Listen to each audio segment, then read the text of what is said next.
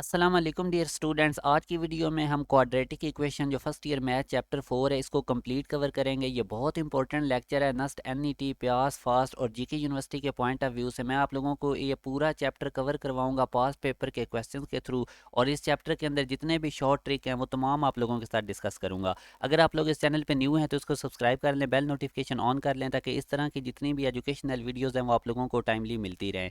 तो सबसे पहला ये क्वेश्चन है, आप लोगों को एक क्वाड्रेटिक इक्वेशन गिवन है, आपने एक्स की वैल्यू निकालनी है। तो याद रखें जब भी इस तरह का क्वेश्चन आएगा तो आपने इसको बैक सॉल्व टेक्निक से सॉल्व करना है।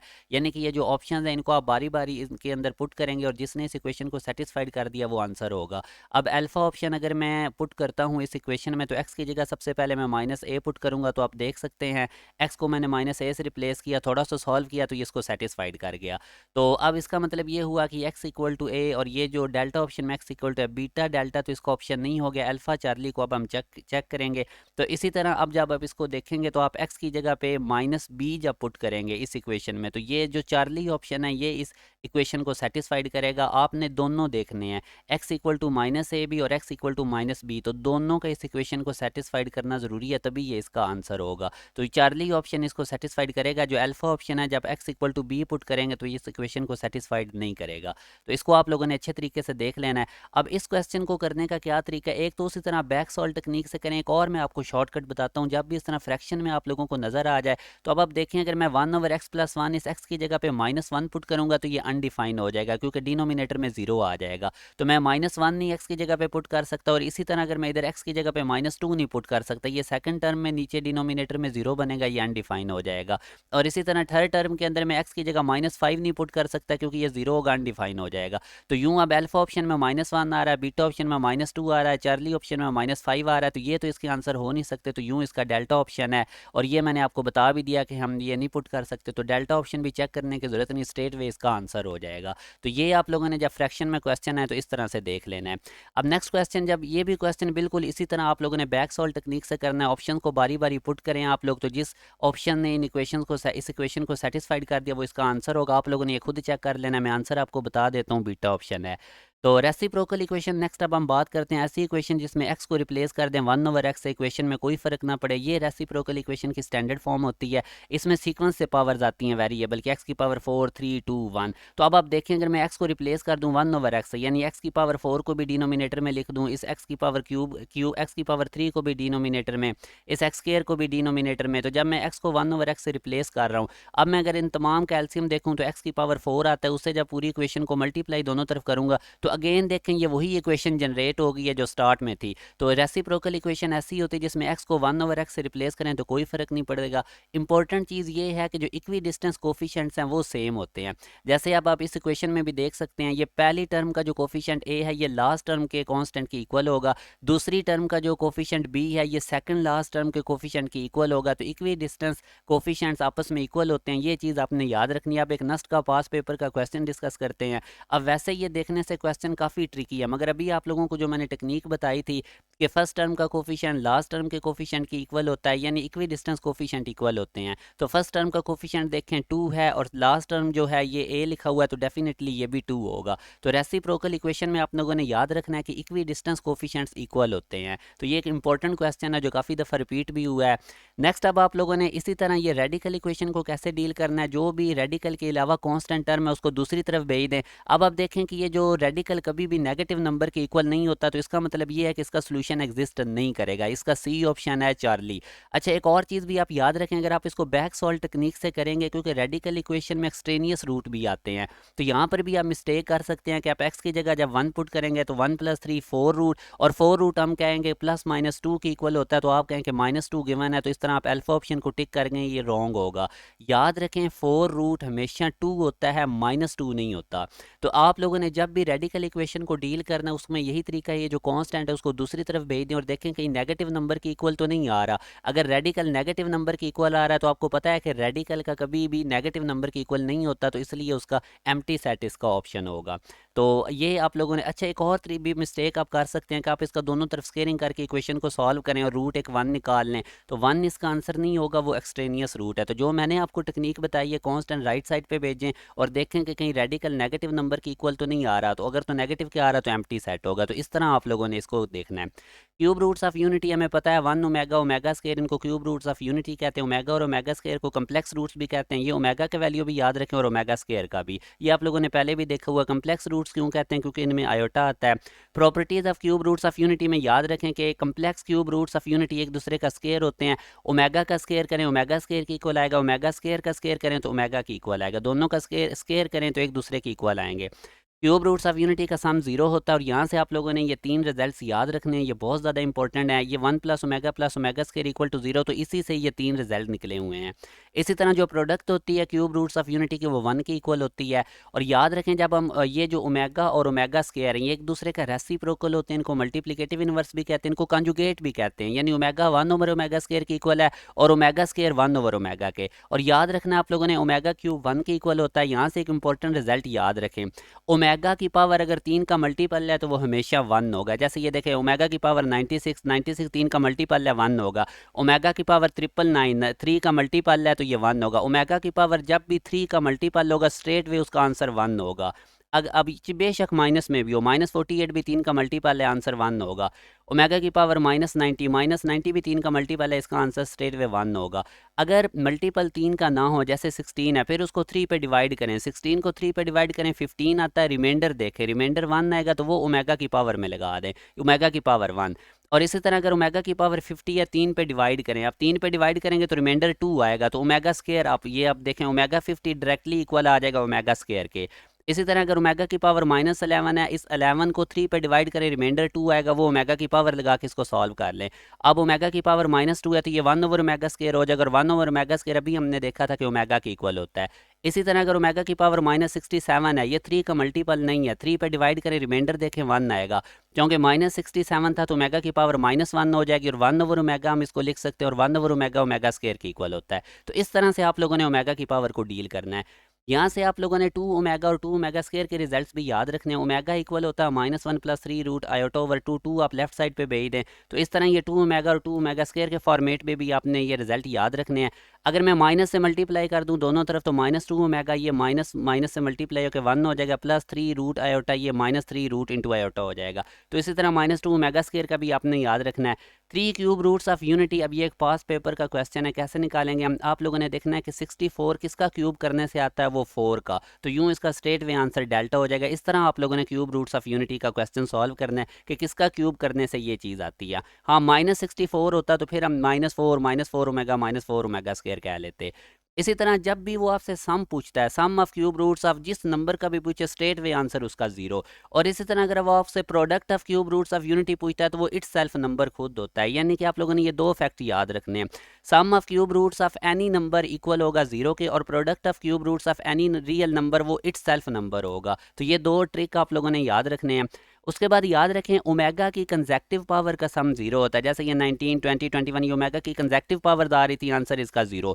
बेशक नेगेटिव में भी कंजेक्टिव पावर आए, उसका आंसर 0 होगा। अब ये क्वेश्चन एक पास पेपर का नस्ट के अंदर आया हुआ है, और प्रयास के अंदर, कि omega plus omega square plus omega cube up to omega की पावर 10 तक ये किसकी इक्वल होगा? अब देखें, आप लोग देखें पहले ओमेगा की कंजेक्टिव 3 पावर का सम 0 होगा, तो यहाँ से अगर आप देखें तो ओमेगा की पावर 10 एंड पे बचेगा। ओमेगा की पावर 1 2 3 तक इनका सम 0, फिर 4 5 6 तक की पावर का सम 0, फिर ओमेगा की पावर 7 ओमेगा की पावर 8 ओमेगा की पावर 9 इनका भी सम 0 हो जाएगा। 3 3 करते इनका सम 0 करें, क्योंकि कंजेक्टिव पावर है, ओमेगा 10 बचेगा। और इसको हम लिख सकते हैं, इसको अगर आप 3 पे डिवाइड करते हैं तो रिमाइंडर 1 आएगा, वो ओमेगा की पावर 1, जो कि हमारे पास डेल्टा ऑप्शन है। बहुत इंपॉर्टेंट ट्रिक मैं आपको बता रहा हूँ। 4 फोर्थ रूट्स ऑफ यूनिटी को कैसे डील करना है, ये हमें पता है। 1 -1 आयोटा माइनस आयोटा, ये हमारे पास 4 रूट्स ऑफ यूनिटी होते हैं। अगेन अब इनकी प्रॉपर्टीज़ में देखें, इनका सम उसी तरह 0 होगा, और प्रोडक्ट इनकी -1 की इक्वल होती है। रियल 4 रूट्स ऑफ यूनिटी एक दूसरे के एडिटिव इनवर्स हैं, जैसे 1 और -1 साइन चेंज एडिटिव इनवर्स है। और जो कम्प्लेक्स रूट्स होते हैं 4 रूट्स ऑफ यूनिटी, ये एक दूसरे के कंजुगेट होते हैं। आप आयोटा के बाद देखें दूसरा माइनस आयोटा है।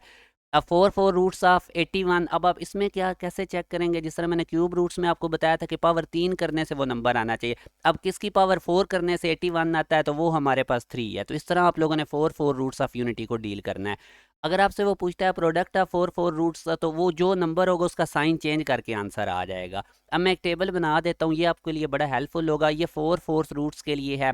वन के अगर फोर फोर रूट्स पूछता है तो वो plus minus one plus minus iota होंगे, इनका सम जीरो होगा। और अगर इनकी वो प्रोडक्ट पूछता है तो वो उसी नंबर का, वन की पूछ रहा है तो उसका साइन चेंज कर दे, -1।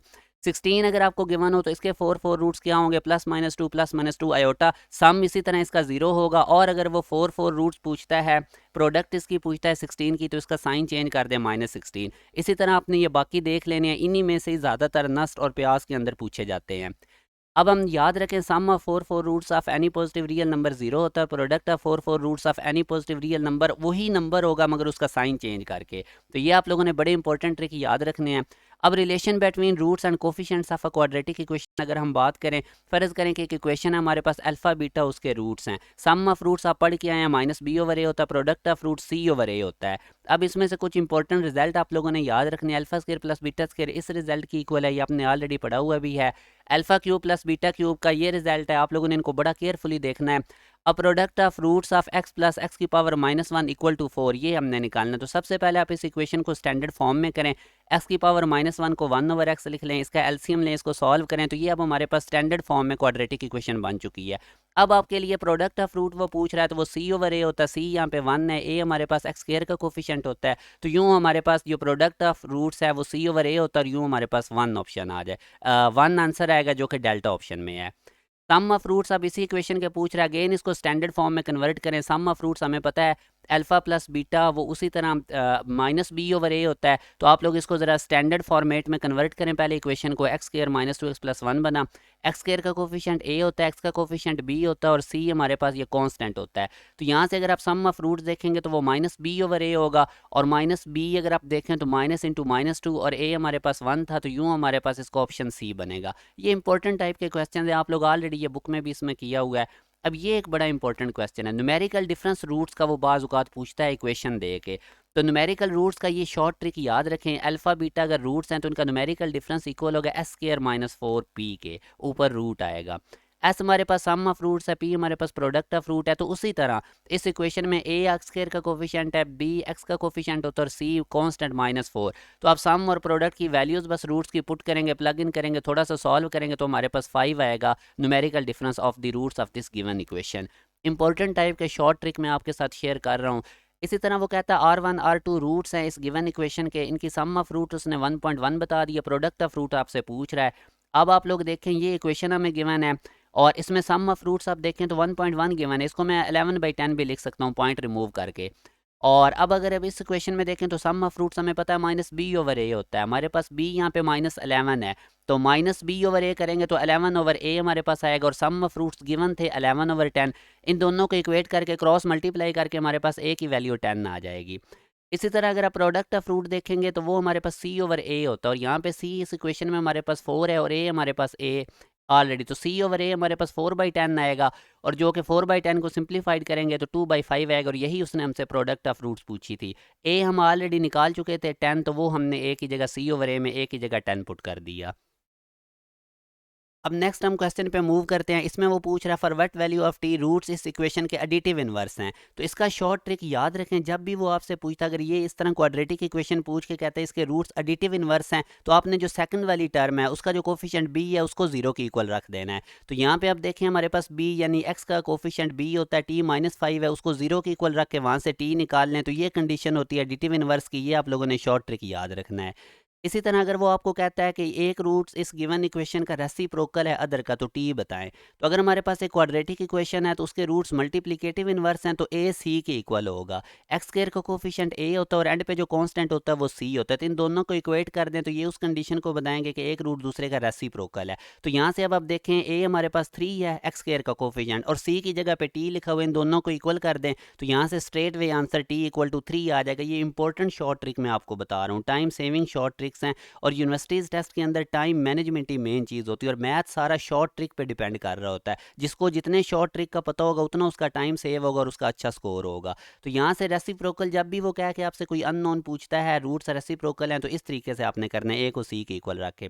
अब फॉर्मेशन ऑफ क्वाड्रेटिक इक्वेशन में याद रखें x square minus s x plus p s sum of root p product of root alpha beta. अगर आपको रूट्स इक्वेशन के गिवन है और कहता है कि आप इक्वेशन बनाएं जिसके रूट्स अल्फा बीटा हैं, यानी अल्फा बीटा रूट्स बता के इक्वेशन पूछ रहा है, तो ये ट्रिक आपने ये इक्वेशन बनाने का फार्मूला आपने पढ़ा हुआ भी है, तो इसी में से अब बड़ी इंपॉर्टेंट मैं आपको चीज़ें बताने लगा हूँ।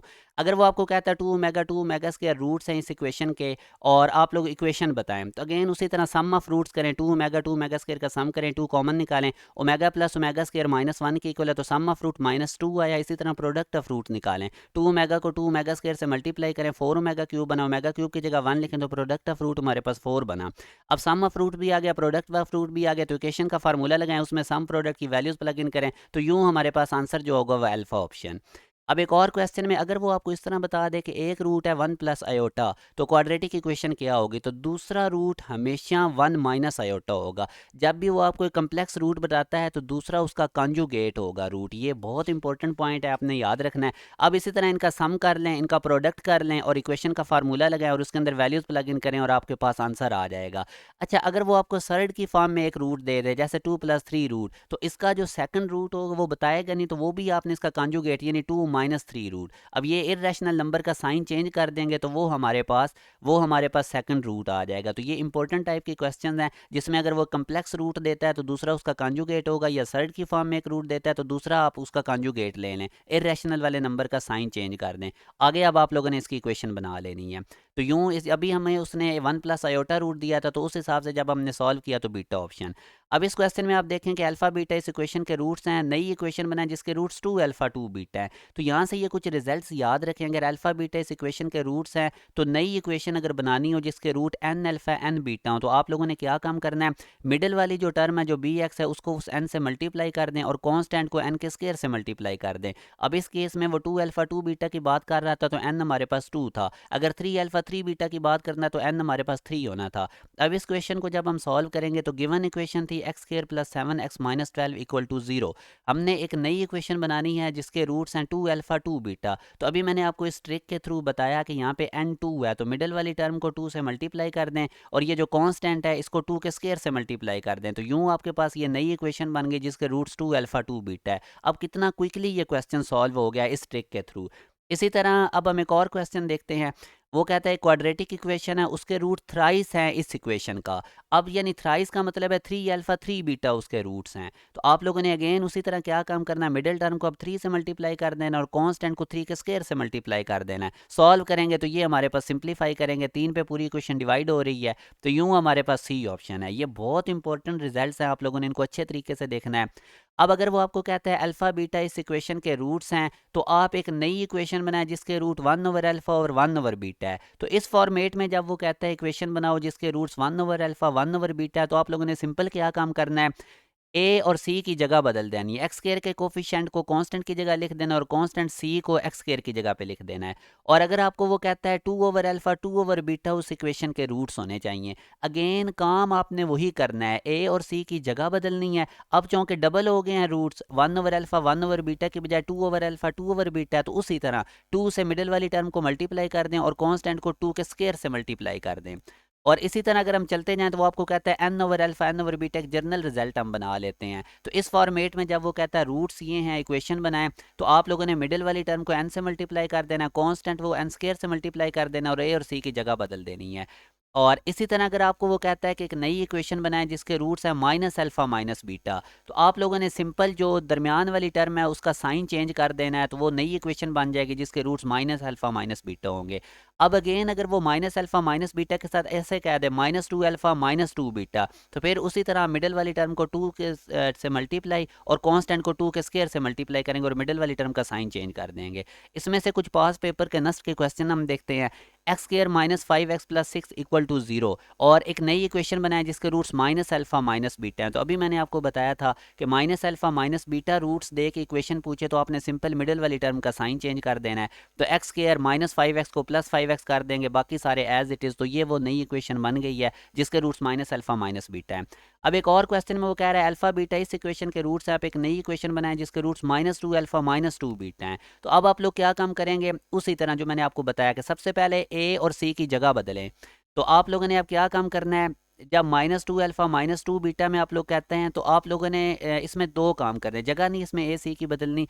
-2 अल्फ़ा -2 बीटा में आप लोग क्या काम करेंगे, सबसे पहले जो यहाँ पे 2 आ रहा है तो आप लोगों ने मिडिल टर्म को 2 से मल्टीप्लाई कर देना है, और जो कांस्टेंट है उसको 2 के स्क्वायर से मल्टीप्लाई करना है। तो -5x को 2 से मल्टीप्लाई किया, -10x बन गया। और 6 को जब 2 स्क्वायर से मल्टीप्लाई करेंगे, 2 का स्क्वायर 4 होता है, 6 को 4 से मल्टीप्लाई किया 24। ये काम करने के बाद अब मिडिल टर्म का आप लोगों ने साइन चेंज कर देना है, तो ये हमारे पास +10। तो याद रखें, जब भी minus alpha minus beta roots वाली इक्वेशन बनानी है तो मिडिल टर्म का साइन चेंज। और अगर माइनस अल्फा माइनस बीटा के साथ 2 2 या 3 3, जिस तरह ये अभी -2 अल्फा -2 बीटा था, फिर आप लोग क्या काम करेंगे, मिडिल वाली टर्म का साइन तो चेंज करेंगे ही करेंगे, और साथ ये अल्फा बीटा के जैसे 2 लिखा हुआ है तो मिडिल टर्म को 2 से मल्टीप्लाई और कांस्टेंट को 2 के स्क्वायर से मल्टीप्लाई कर देंगे, तो वो इक्वेशन बन जाएगी जिसके ये रूट्स होंगे।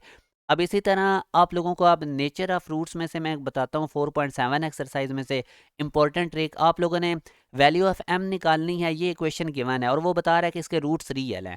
तो याद रखें, रूट्स उस वक्त रियल होते हैं जब आपका डिस्क्रिमिनेंट या ग्रेटर देन 0 हो या इक्वल टू 0 हो। तो यही बस आप कंडीशन लगाएं, b a c की वैल्यूज़ प्लग इन करें, तो आप लोगों के पास बनेगा m square greater than equal to 16। अब आप लोगों ने इसका ऐसे नहीं लिख देना m greater than equal to +-4, दोनों तरफ रूट लिख के, ये रॉन्ग है। इसको लिखने का क्या वे होता है, m greater than equal to 4 और m less than equal to -4। तो ये तरीकाकार होता है m square greater than equal to 16 को लिखने का। तो यूँ अगर आप देखेंगे तो डेल्टा ऑप्शन बनेगा, इसमें अब m greater than equal to 4 भी है और ये लिखा हुआ है m less than equal to -4, या हम इसको ऐसे भी कह सकते हैं -4 greater than equal to m। तो यूँ इसका डेल्टा ऑप्शन है। इसी तरह अब इस क्वेश्चन में भी वो आपको कहता है कि इस इक्वेशन के रूट्स रियल नहीं है, रेंज m की बताएं। तो अब अगर रूट्स रियल नहीं है तो discriminant greater than and equal to 0 नहीं होगा, बल्कि हमारे पास आप लोग देखेंगे कि जो डिस्क्रिमिनेंट है वो लेस देन 0 होगा। सबसे पहले तो इस गिवन क्वाड्रेटिक इक्वेशन को आप स्टैंडर्ड फॉर्मेट में कन्वर्ट करें, राइट साइड पे x को अंदर मल्टीप्लाई करें, इसको सॉल्व करें, x स्क्वायर कॉमन निकालें, तो ये स्टैंडर्ड क्वाड्रेटिक इक्वेशन बन गई है जो ग्रीन बॉक्स में मैंने की हुई है। अब आप लोगों ने उसी तरह डिस्क्रिमिनेंट को लेस देन 0 रखना है, इनकी वैल्यूज़ प्लग इन करनी है, और ये बन जाएगा हमारे पास 13 - 4m लेस देन 0, और 4m राइट साइड पे भेज दें तो यहाँ से आप लोगों के पास 13/4 लेस देन m या m greater then 13/4, delta option. Important question है। अब ये क्वेश्चन है जिसमें वो कह रहा है कि अब ये याद रखें, बहुत इंपॉर्टेंट नेचर ऑफ रूट्स में से, अगर आप लोगों का डिस्क्रिमिनेंट ग्रेटर देन 0 है तो आपके रूट्स रियल और डिस्टिंक्ट होंगे, अलग अलग होंगे। तो जो आपका क्वाड्रेटिक फंक्शन का ग्राफ है वो एक्स एक्सिस को 2 टाइम्स कट करेगा। जो ग्राफ की पैरा ओपनिंग होती है ये पैराबोला की तरह होती है, अपवर्ड या डाउनवर्ड, जो क्वाड्रेटिक फंक्शन का लेफ्ट राइट पे नहीं होता। ये फिर मैं लेटर ऑन आपको बताऊंगा चैप्टर 6 में कि क्यों ऐसे नहीं होता।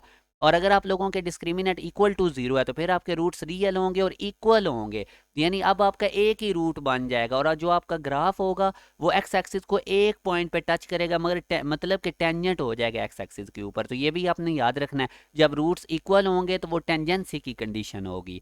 और इसी तरह अगर आप लोगों का डिस्क्रिमिनेंट लेस देन 0 है, नेगेटिव है, तो फिर आप लोगों का जो क्वाड्रेटिक फंक्शन है वो एक्स एक्सिस को टच ही नहीं करेगा। तो ये इंपॉर्टेंट टाइप के रिजल्ट हैं, आपने याद रखना है। जैसे अब ये क्वेश्चन एक पास पेपर नस्ट और प्यास में आ चुका है, how many time the graph of इस फंक्शन का ग्राफ कितने टाइम्स एक्स एक्सिस को क्रॉस करता है। तो अगेन उसी तरह डिस्क्रिमिनेंट निकाले, नेगेटिव आया, और नेगेटिव का मैंने आपको रिजल्ट बताया था कि वो एक्स एक्सिस को टच ही नहीं करेगा, तो 0 टाइम। इसी तरह अब हम ग्राफ ये देखते हैं कि इस क्वाड्रेटिक फंक्शन का ग्राफ एक्स एक्सिस को कितने टाइम्स क्रॉस करता है। तो अगेन उसी तरह डिस्क्रिमिनेंट निकालें, b स्क्वायर -4 ac, इनकी वैल्यूज़ प्लग इन करें, तो आप देखें डिस्क्रिमिनेंट ग्रेटर देन 0 है, तो इसका मतलब ये जो इसके रूट्स रियल और डिस्टिंक्ट हैं, तो ये एक्स एक्सिस को 2 टाइम्स इसका ग्राफ टच करेगा, क्रॉस करेगा। अच्छा, उसी तरह अब इस क्वेश्चन में आप देखें, for what value of t the x axis is tangent to. अब इस इक्वेशन में वो कह रहा है कि किस t की वैल्यू के लिए ये एक्स एक्सिस को टेंजेंट होगा, और टेंजेंट का मतलब होता है कि हमारे पास रूट्स रियल और इक्वल हैं, उसके लिए हम डिस्क्रिमिनेंट 0 के इक्वल रखेंगे, इनकी वैल्यूज़ प्लग इन करेंगे, इसको सॉल्व करके आप लोगों ने यहाँ से t निकाल लेना, और t-1 +-6 की इक्वल, तो एक दफ़ा t-1 +6 की इक्वल रखेंगे, एक दफ़ा -6 की इक्वल रखेंगे, सॉल्व करेंगे। तो अब हमने जो ऑप्शन निकाले इनमें से -5 ऑप्शन में गिवन है, तो इस तरह से आपने इसको डील करना है। अगेन देखें, रूट्स इस इक्वेशन के इक्वल हैं, तो आप लोगों ने इसमें, अब अगर आप लोग एक देखें इस इक्वेशन को लिखें और आप इसको कंपेयर करें y equal to mx plus C से, तो mx plus C basically y की इक्वल होता है। तो आप इस गिवन इक्वेशन में mx प्लस सी की जगह y जब पुट करेंगे तो ये सर्कल की इक्वेशन बन जाएगी, और सर्कल की इक्वेशन की कंडीशन ऑफ टेंजेंसी हमारे पास ये बीटा ऑप्शन में C square equal to A square into 1 plus M square, ये चैप्टर 6 कोनिक सेक्शन में भी मैंने आपको बताया था, वो मैंने रिकॉर्ड किया हुआ, वहाँ से आप कंडीशन ऑफ टेंजेंसी देख सकते हैं, आपको पता चल जाएगा कि सर्कल की कंडीशन ऑफ टेंजेंसी ये होती है, ए यहाँ पे रेडियस ऑफ सर्कल है। इसी तरह अगर आपको इस तरह कह देता है कि इस इक्वेशन के रूट्स इक्वल हैं और फिर आपसे कंडीशन ऑफ टेंजेंसी पूछ रहा है, तो आप लोगों ने क्या काम करना है, एम एक्स प्लस सी को वाई की इक्वल रख देना है, ये एक स्मार्ट वे है। तो आप देखें ये पैराबोला की इक्वेशन बन गई है, और पैराबोला की इक्वेशन ऑफ टेंजेंसी होती है C equal to A over M, जो कि हमारे पास सी ऑप्शन में है। अब system of two equation involving two variable, जिस तरह आपकी 4.8 4.9 एक्सरसाइज है, इनमें से किस तरह से क्वेश्चन आ सकता है, आपको इस तरह से दो इक्वेशन दे देगा और पूछेगा कि कौन सा इसका रूट है। तो अगेन आपने उसी तरह, चूंकि अब ये दो वेरिएबल्स के अंदर इक्वेशन है, तो पहला एक्स होगी और दूसरी वैल्यू वाई की होगी, तो आप लोगों ने अब उसी तरह बारी बारी इन दोनों इक्वेशन में इन पॉइंट्स को पुट करना है। जैसे मैं अल्फा ऑप्शन आपको पुट करके दिखाता हूँ, पहली इक्वेशन में एक्स की जगह पे -2 और वाई की जगह पे -1 प्लग इन करें, तो देखें इसने इसको सेटिस्फाइड कर दिया। इसी तरह अब इस अल्फा ऑप्शन को आपने दूसरी इक्वेशन में भी पुट करना है, दूसरी इक्वेशन को भी अगर ये सेटिस्फाइड करेगा तो तभी ये इसका रूट होगा। तो अब देखें मैंने x की जगह पे -2 और y की जगह पे -1 दूसरी इक्वेशन में पुट किया, तो ये भी इसको सेटिस्फाइड कर गया। तो यूं इसका अल्फा ऑप्शन है। इस टाइप का क्वेश्चन आ सकता है 4.8 4.9 में से। अब लास्ट एक्सरसाइज 4.10 में से मैं आपको, अच्छा ये क्वेश्चन आप लोगों ने खुद करना है। ये भी वो कह रहा है कि ये कर्व हमें गिवन है और ये एक दूसरी इक्वेशन गिवन है, तो ये इंटरसेक्ट कितने पॉइंट्स पे करेंगी, ज़ाहिर इनका point of intersection common point होगा, इनको सेटिस्फाइड करेगा। उसी तरह अब आप लोगों ने ये दोनों पॉइंट्स बारी बारी इन दोनों इक्वेशन में पुट करने हैं। एक्स पहला पार्ट होगा, दूसरा कोऑर्डिनेट वाई होगा, तो आप लोगों ने ये खुद सॉल्व करना, और मैं इसका आंसर बता देता हूँ अल्फा। अब लास्ट 4.10 में से मैं आपको बताता हूँ किस टाइप के आपको ट्रिक पता होने चाहिए। One of positive number is 5 times another number, पहला पॉजिटिव नंबर एक्स कर लें, दूसरा पॉजिटिव नंबर वाई कर लें, तो पहला दूसरे का 5 टाइम है, तो एक्स इक्वल टू 5y। अब difference between the two number is x और वाई का डिफरेंस 36 है, दो नंबर बताने हैं। अब एक तो तरीका ये है कि आप इस इक्वेशन को जिस तरह आप जर्नल करते हैं सॉल्व कर लें, एक्स की जगह 5y इस दूसरी इक्वेशन में पुट करके सॉल्व करें, वाई हमारे पास 9 आया, तो एक्स हमारे पास कितना आ जाएगा, वाई की जगह 9 पुट करेंगे तो 9 5 45, एक्स 45 9 45। दूसरा तरीका आप जरा स्मार्ट अप्रोच अप्लाई करें, वो आपको अब क्या कह रहा था कि one positive number is 5 times another, तो आप देखें 9 45 का 5 टाइम्स है, और इन दोनों का डिफरेंस भी लें तो 36 आ रहा है। अब बीटा ऑप्शन नहीं थी, क्योंकि 8 का 5 टाइम तो है 40, मगर इन दोनों का डिफरेंस 36 नहीं आ रहा, 32 आ रहा है। तो इस तरह से आप डायरेक्ट कंडीशंस भी ऑप्शन पे अप्लाई कर सकते हैं। अच्छा एक और क्वेश्चन देखते हैं, average of the number X Y Z और डब्ल्यू की एवरेज उसने बताई हुई है, फिर तीन नंबर्स की अगेन एवरेज उसने बताई है। डब्ल्यू पूछ रहा है, very simple, x Y z W की एवरेज कैसे निकालेंगे, चारों को ऐड करके 4 पे डिवाइड करेंगे 30 के इक्वल, अब 4 राइट साइड पे मल्टीप्लाई कर दें, तो x plus y plus W हमारे पास जी, इस तरह 120, ये एक इक्वेशन बनाएं। इसी तरह आगे तीन नंबर्स की एवरेज एक्स वाई जी की भी गिवन है, तीनों को ऐड करके 3 पे डिवाइड करें और इसको ज़रा सा सिंप्लीफाई करें, तो ये अब दो इक्वेशन बन चुकी हैं।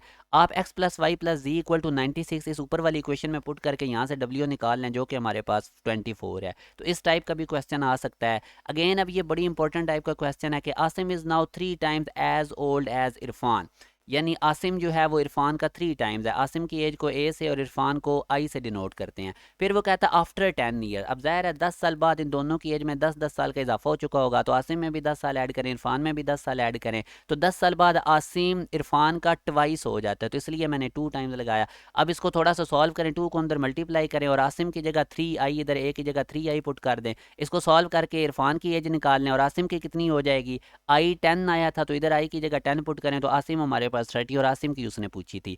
अब इसी टाइप का ये एक और क्वेश्चन है, इसको आप लोग बेहतर है खुद करें, चले मैं ही करवा देता हूँ। Asim is 15 years elder to Kashif, इसमें आप देखें जो आसिम ए है वो काशिफ से 15 ईयर्स एल्डर है, यानी काशिफ में 15 ईयर्स ऐड हों तो आसिम की इक्वल आएगा। फिर वो कहता है 5 ईयर्स को, 5 साल पहले, अब 5 साल पहले ज़ाहिर है दोनों की एज में से 5-5 साल माइनस कर देते हैं, तो वो कहता है 5 साल पहले आसिम काशिफ का ट्वाइस था, तो यही मैंने कंडीशन लगाई, 2 को अंदर राइट साइड पे मल्टीप्लाई करें और आसिम की जगह के प्लस 15 नीचे लगा दें, इसको सॉल्व करके काशिफ की एज निकाल लें। उसने आसिम की पूछी थी तो काशिफ 20 आया था, तो 20 इधर पुट करें, 20 प्लस 15, तो आसिम की प्रेजेंट एज हमारे पास जो बनेगी वो 35 ईयर्स है। तो ये सारा चैप्टर 4 बिलीव में मैंने आपको सारे शॉर्ट ट्रिक बता दी हैं। बाकी बस इसमें वो सिंपल सी चीज़ें हैं, क्वाड्रेटिक इक्वेशन को सॉल्व करने के तरीके क्या होते हैं वो आप लोगों ने बुक से देख लेने हैं। तो इन तमाम ट्रिक की बार बार प्रैक्टिस करें। तो मैंने थोड़ा सा जल्दी में लेक्चर रिकॉर्ड किया है, अगर आप लोगों को स्पीड तेज़ लगे तो आप इसको स्पीड कम भी कर सकते हैं। तो आप लोगों ने इसको अच्छे तरीके से देखना, सारा चैप्टर 4 मैंने आपको करवा दिया, सारे ट्रिक्स बता दिए हैं,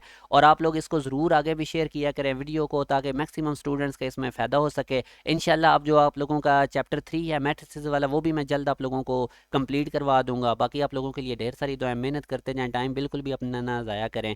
अपना ख्याल रखिएगा। अल्लाह हाफिज़।